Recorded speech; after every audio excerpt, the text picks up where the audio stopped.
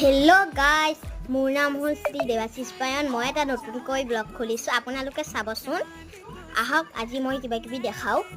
এয়া হৈছে আমাৰ বা, টিভিত মনোযোগ দি আছে। টিভিটো এতিয়া আহকচোন, চাওক কোনে কি কৰি আছে। এয়া হ'ল আমাৰ মা, পাচলি কাটি আছে। এয়া মাই আলু ভাজা বনাই আছে।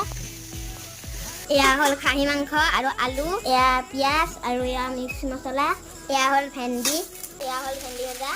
মাংস বনাব, ফাৰ্ষ্ট দিলে পিঁয়াজ, এয়া মছলা, এয়া পানী দিলে গৰম পানী, এয়া মাংস, আলু, এয়া অলপ টাইম সিজিব দিলে। এয়া ভাত, মাছৰ আঞ্জা, মাংস, ভেন্দি ভাজা, আলু ভাজা, পাপৰ। আজিৰ ভিডিঅ'টি ইমানে আছিল, বাই।